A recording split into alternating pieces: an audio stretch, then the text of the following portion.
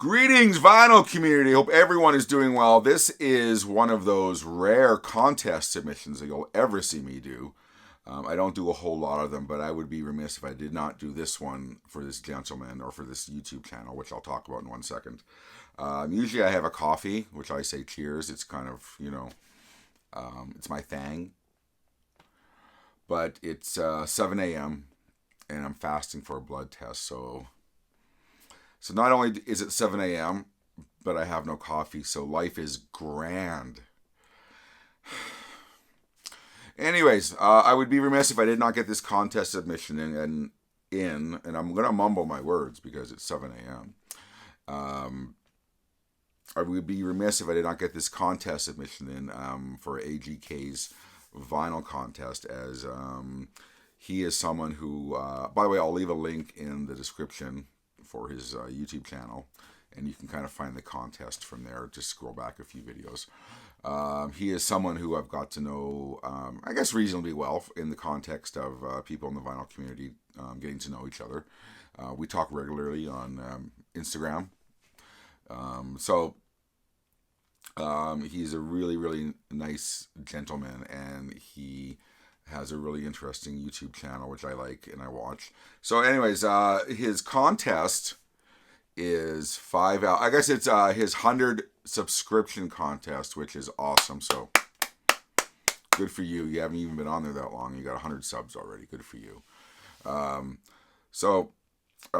It's name, or not name, but show you. I guess naming would be kind of boring, wouldn't it, if I just talked and didn't show anything. Then that could be just like an audiobook, I guess. 5 albums from 5 decades.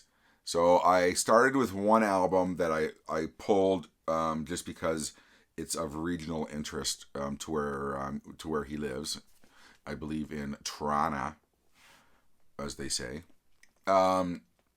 And then I kind of worked my way backwards and frontwards from there. So I'm going to get right to this, not to make this too long today.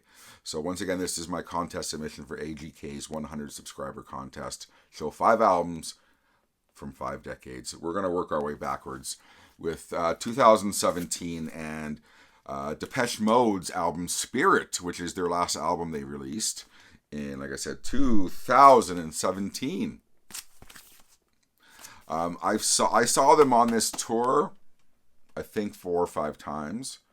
I'm a huge fan. I spent my honeymoon, me and my wife, we spent our honeymoon following them around Europe on that tour. Not this tour, but a few tours ago.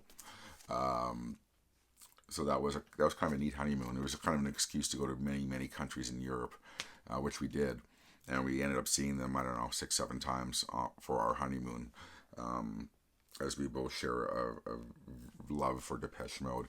Anyways, Spirit 2017. I'm going to spend 60 seconds or less talking about this album. It is by far their worst album. And I don't know who else out there would not agree with me. Come on.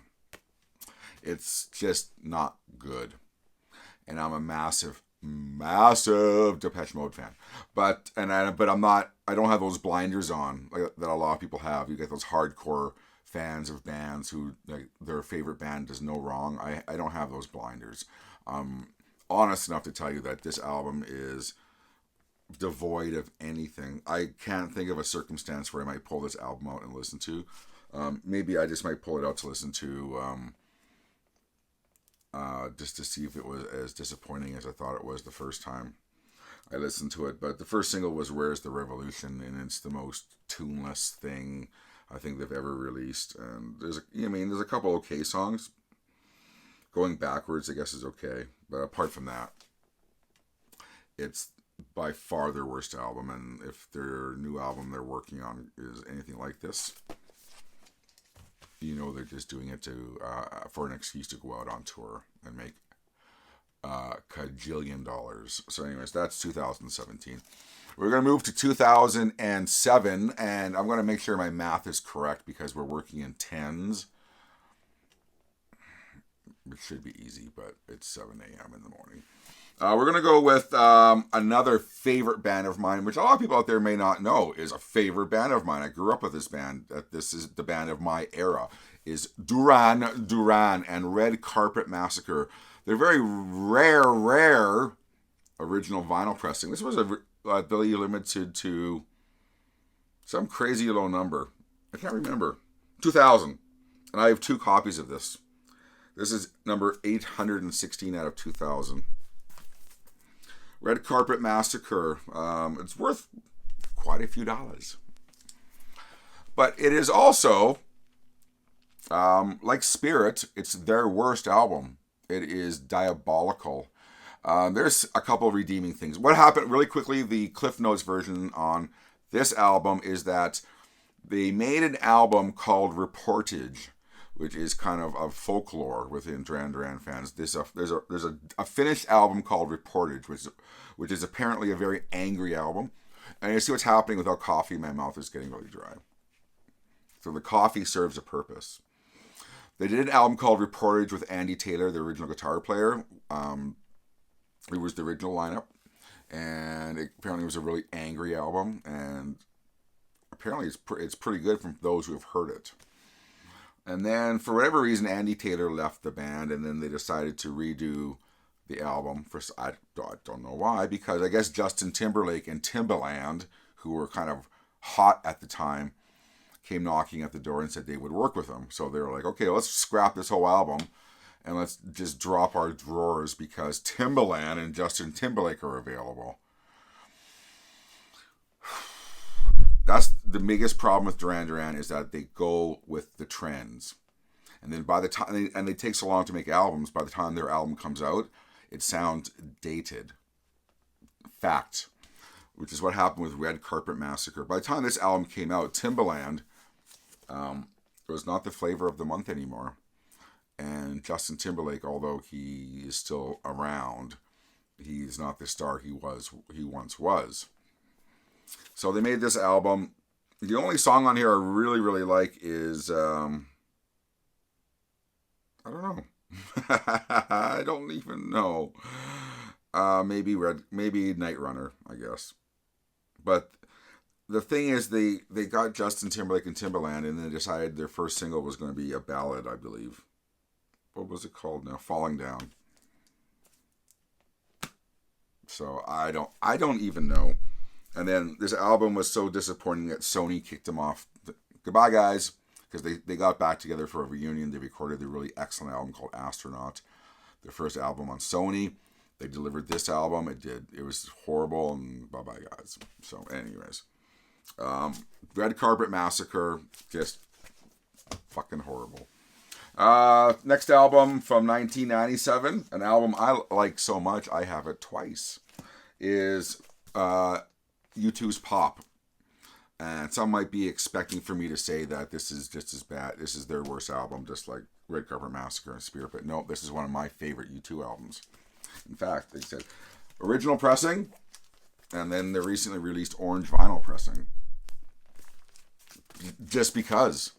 God knows I have the space for all these records to have duplicates. But anyways, U2's Pop, the album where they kind of stepped out.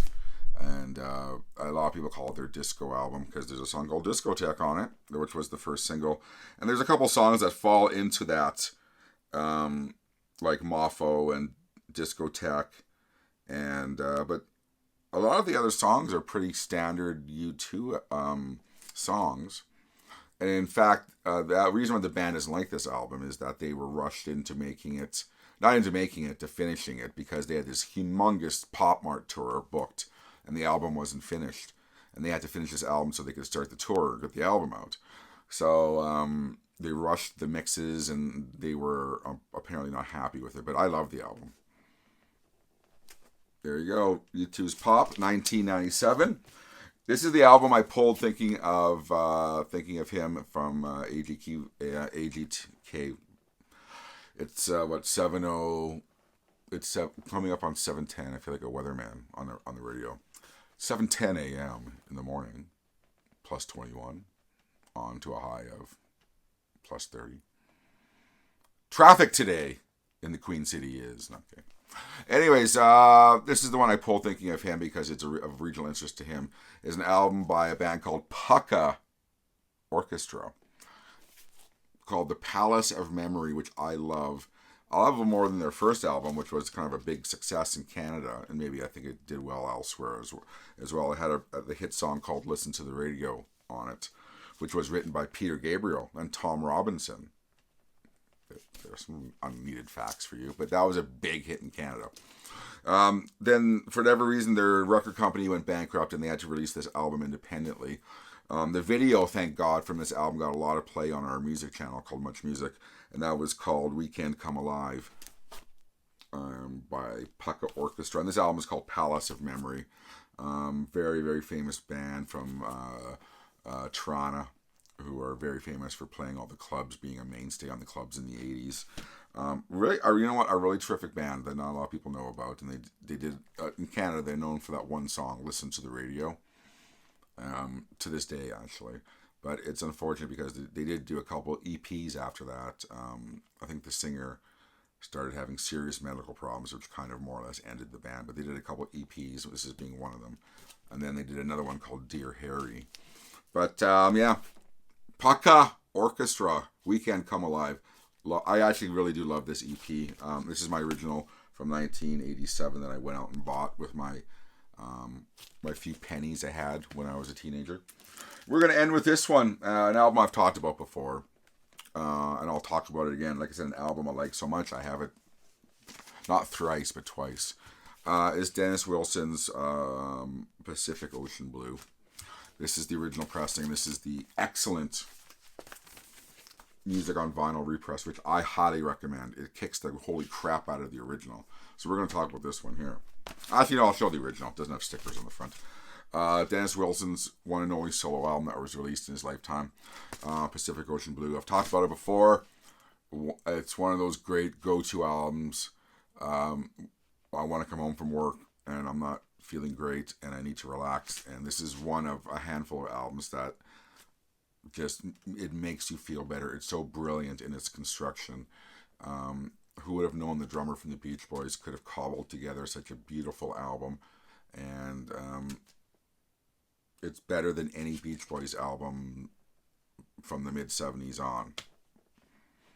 Period. It's I don't know what more I can say about this album. You need to listen to this album. I mean, you might not like it, but at least you can say you've heard it. You have an opinion on it. But anyways, Dennis Wilson's Pacific Ocean Blue. I won't go too much on it because I've talked about this album in detail before when I've showed you this one and then I showed you that one. Unfortunately, like I said, this was his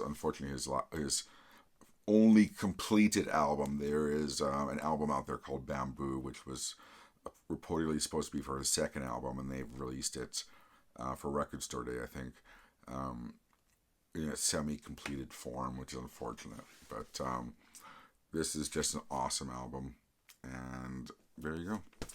That's it. 5 decades of albums. I could have gone any which way, although when it gets into the 90s and the late 90s, it gets a little bit kind of for what I can pull from my selection. Even 2007, it's a little bit, vinyl wasn't that prevalent back then. Anyways, that's it. I want to say once again, congratulations to AGK Vinyl. He's just a really nice guy. We talk all the time on Instagram. I've gotten to know him. He's got to know me. He feels like kind of one of those friends you have.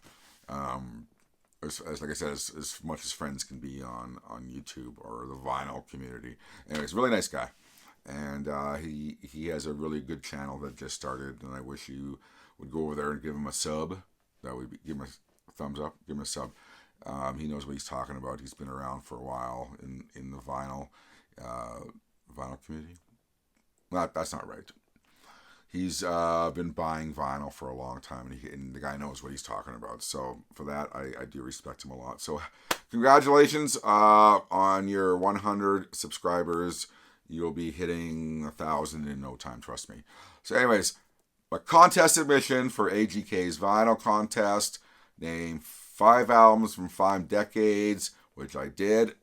And it's coming up on 7:15 in the morning. Plus 21 outside in the Queen City. I should have been a radio announcer. I swear that was my calling in life. Anyways, I'm going to end this right now. I got those damn tests I got to go scurry on to. So, and then I'm going to enjoy coffee later today, and I'll think of you. Take care, everyone.